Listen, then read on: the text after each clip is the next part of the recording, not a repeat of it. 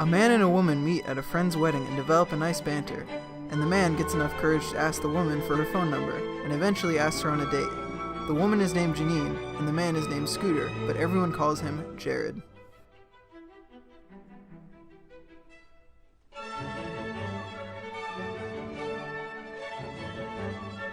Your beauty speaks to something deep in the very fiber of my soul. You're attractive too, I guess. That's like half the reason I'm doing this, though. You're very attractive.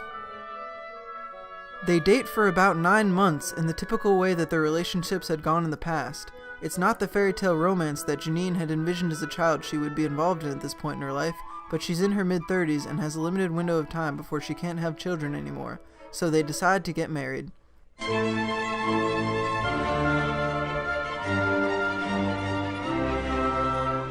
Okay, so when a female and a male have sexual intercourse with the intention of reproducing a child, the male gamete, or sperm, and the female gamete, the egg or ovum, meet in the female's reproductive system. When the sperm fertilizes, or meets the egg, this fertilized egg is called the zygote. The zygote goes through a process of becoming an embryo and developing into a fetus. This is how Richard was born. Janine and Jared were alright parents, but it became very obvious early on that they got married a little too fast and didn't even completely know each other before they had a kid. Then Jared got real unhappy, but he couldn't manifest the change in his life that he probably needed. I came from a very traditional Catholic family who didn't really believe in ever getting divorced. Plus I've got a kid now and stuff. I'm in way too deep. That'd be a mess. Oh God. Oh God. I thought that being a mother would finally make some things in my life make sense, but now I'm a mother and it doesn't really feel like anything changed, like internally. One day she was sitting on a rocking chair holding a crying Richard, and she realized that her whole life she was waiting for some point, or age, or event, or achievement, or future version of herself, and suddenly everything will make sense. And then she got there and realized that everything just keeps going.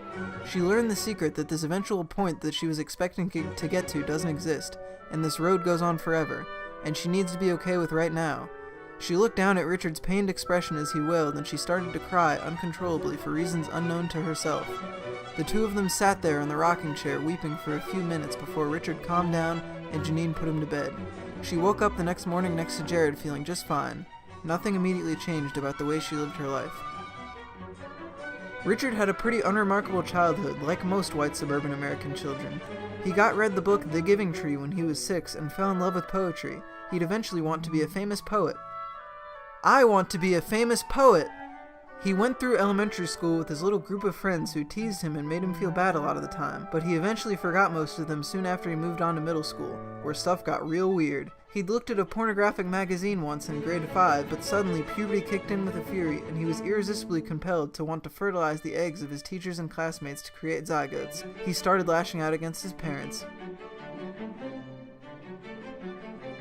Richard, would you like some toast? God, leave me alone. I hate you. Why aren't you as cool as Mom? I can't wait to move out. I thought that having a son would be cool, but I guess that's just because I imagined you as being a younger version of myself.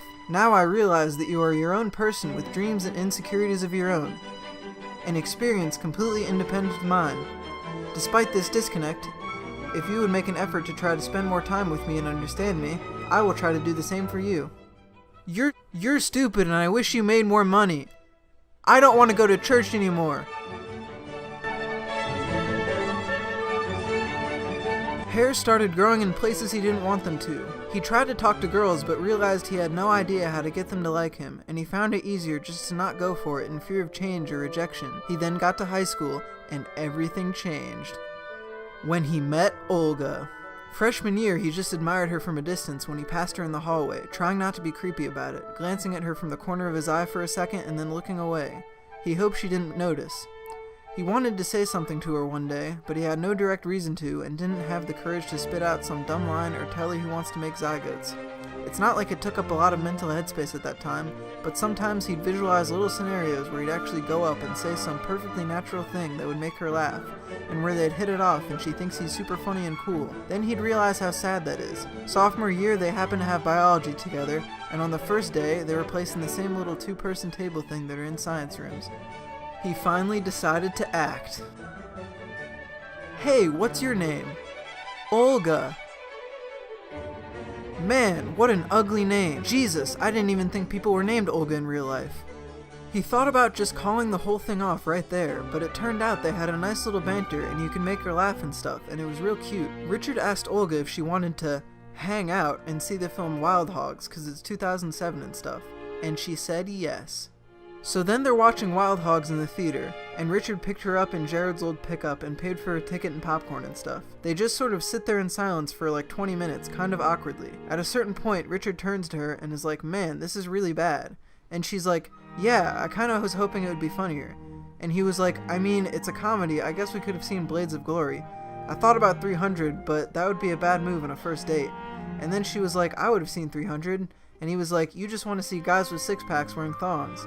And then she giggled, and he was momentarily proud of getting her to laugh, because he's not usually good in high-pressure scenarios. But then she's like, wait, did you say first date? And he realizes that he should have said something cool, but he just shrugged his head and looked a little embarrassed. Throughout the rest of the movie, they would play a little game where he'd turn to look at her for a second, and then look it back at the screen when she'd look at him, and then she'd do it, and so on. There was a moment where they both turned to look at each other at the same time and kind of stared awkwardly for a second before they both looked away.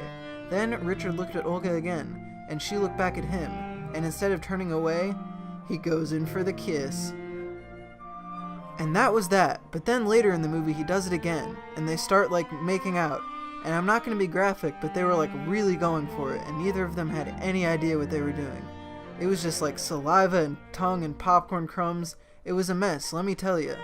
On the way home, he asked Olga if she ever noticed him freshman year, and she said, yeah, you would always stare at me.